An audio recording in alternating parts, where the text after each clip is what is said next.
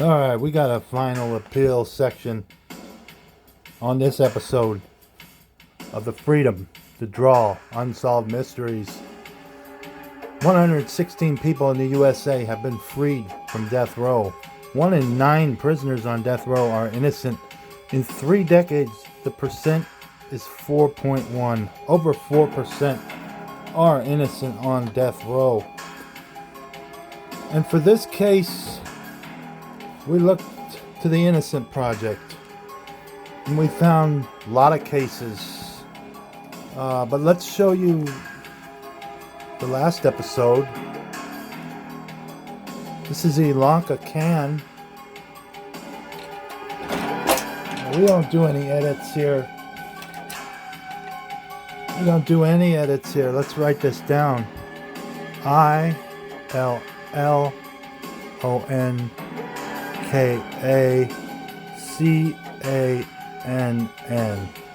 Ilanka Khan. That was a unexplained missing person for almost 6 decades. She's been missing. We had a unexplained death section. Sarah Ray Bain. And we had a paranormal episode which featured Don Decker.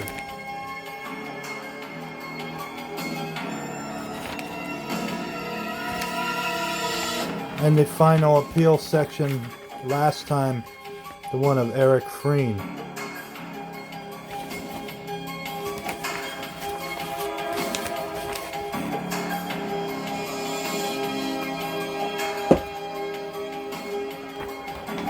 Like I said before, we don't beg for subscribers here. Freedom to Draw Unsolved Mysteries. Freedom to Draw Caricatures Party. My name is John. I am the leader of that party. We're going to focus on a case today of Larry Youngblood.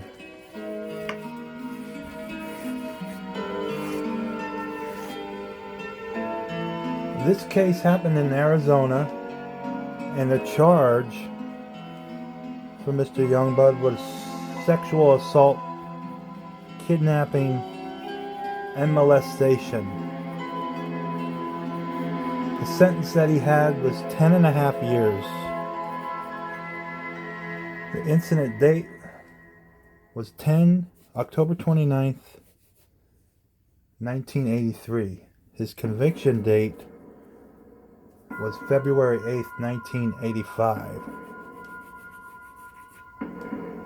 His exoneration date was August 10th, 2000. He served 15 years. His race was African American. Status of Mr. Youngblood was exonerated by DNA. Contributing causes of conviction was the eyewitness misidentification, which is, if you follow these cases, is common. The eyewitness thinks he looks like someone that he really isn't. Race of the victim was Latino. Death penalty case? No. Accused pled guilty? No, he did not. The alternative perpetrator identified? Yes. The person that was really guilty was identified. So that's good in this case. Now let's get into it. Larry Youngblood served 15 years. Larry Youngblood was wrongfully convicted in 1985 of child molestation, sexual assault, and kidnapping, and spent a total of 9 years in prison before he was fully exonerated of the crimes. In October of 1983, a 10-year-old boy was abducted from a carnival in Pima County, Arizona, and was molested and sodomized by an unknown man. The victim was taken to the hospital, where the staff collected semen samples as well as clothing he was wearing at the time of the assault. Investigation and trial. Based on the victim's description of the assailant,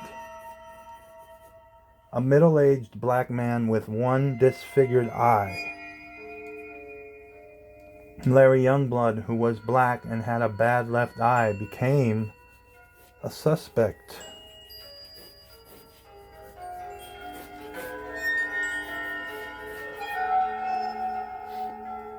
He was put in a photo lineup, and the victim identified him as the perpetrator.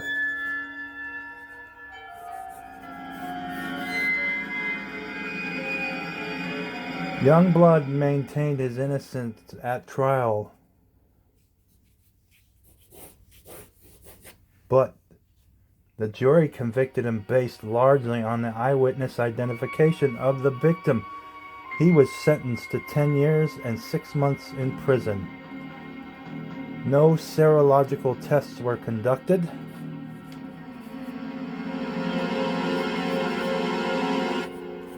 Kinda just like Too Bad, So Sad.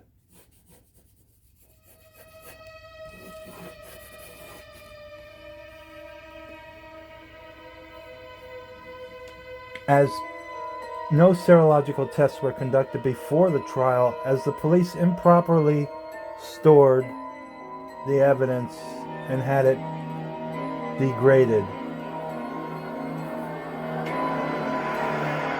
Post-conviction investigation. Larry Youngblood appealed his conviction, claiming the destruction of potentially exculpatory evidence violated his due process rights, and the Arizona Court of Appeals set aside his conviction.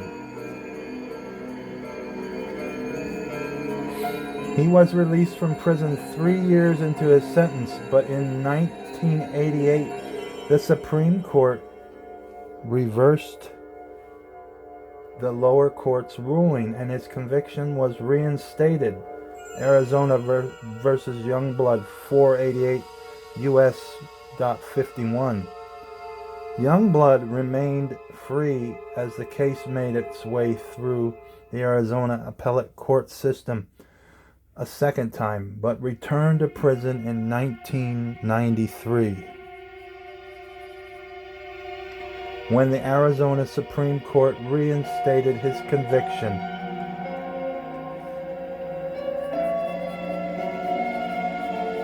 In 1998, Youngblood was released on parole, but was sent back to prison in 1999 for failing to register his new address as required by Arizona sex offender laws.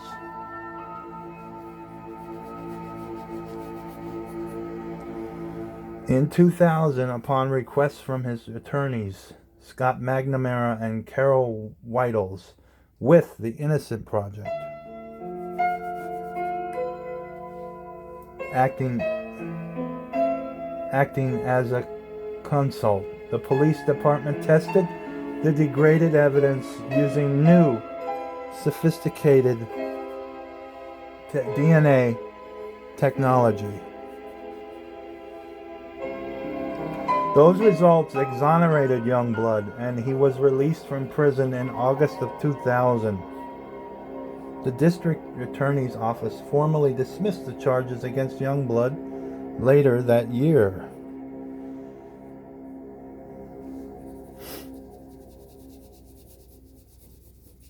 Now, the mystery of this case is, why was this man put in prison to begin with?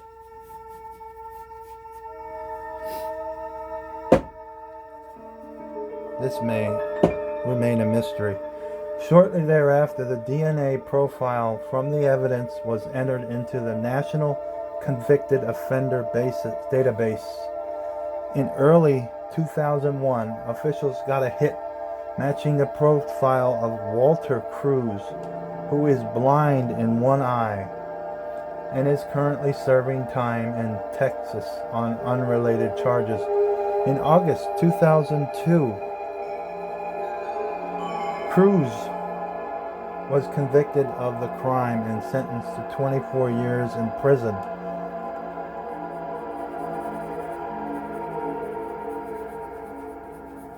Now, there's no mystery of who did it in this case, but the mystery is why did they put this innocent man away for 10.5 years?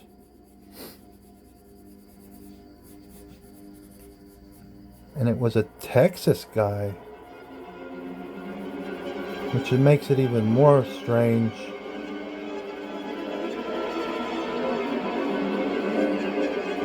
It seems like in this case they were just basing this off of looks.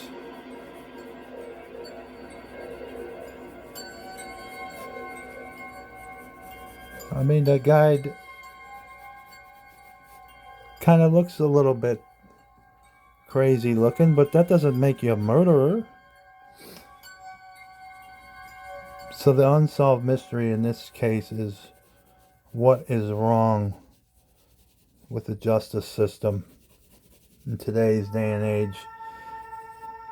Now, sadly, in 2007, Youngblood passed away without receiving any compensation for his wrongful conviction suit. So we're sharing this case, and we're going to draw his bad eye right here.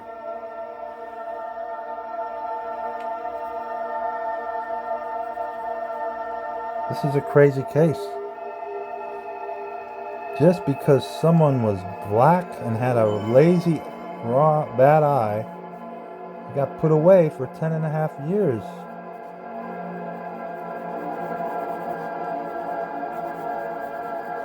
This is the case of Larry Youngblood. Please share this case. We do not want this to happen again at the Freedom to Draw Unsolved Mysteries party.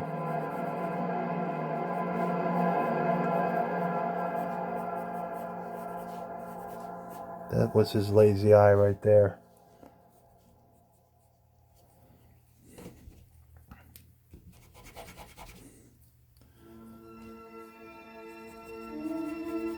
The sad part of this case is this happens a lot. You are going to see when we do more of these final appeal episodes. We are going to do more of these too. We found a buttload of cases here with the Innocent Project.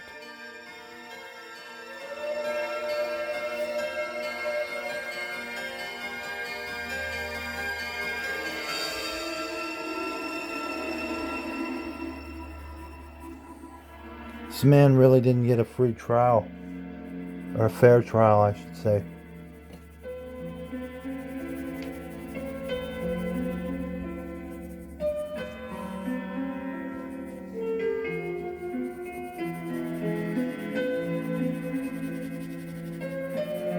This is the case of Larry Youngblood, guys.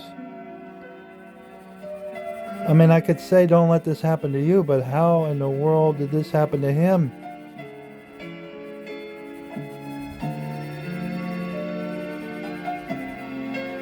I guess we're lucky we're living in these times when we have better technology. And you can't get put away for looking like someone.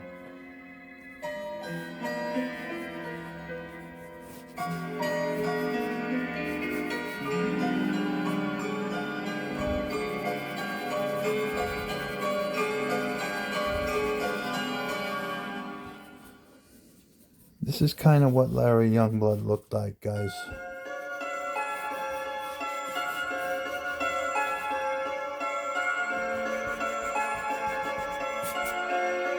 The real culprit is doing time, at least. That's the one saving grace in this case. At least the real culprit eventually got caught. But you can ask, how many more times did he offend when he got away with this one? And that's another unsolved mystery. But it didn't need to happen this way, did it?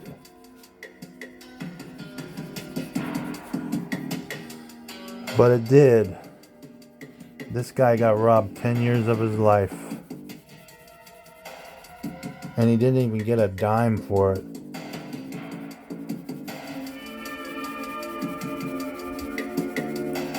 This is the case of Larry Youngblood. True believers.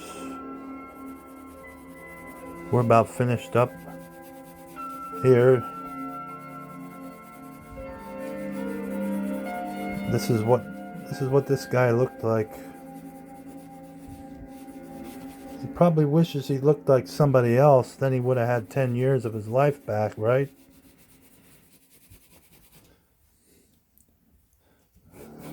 We here at the Freedom to Draw Caricatures Party, we stand up for innocence, and we speak for the people that can't speak anymore, and we provide voices for the voiceless. Guys, this is Larry Youngblood, and we should learn something from this case. And that does it for this episode. True believers, peace out.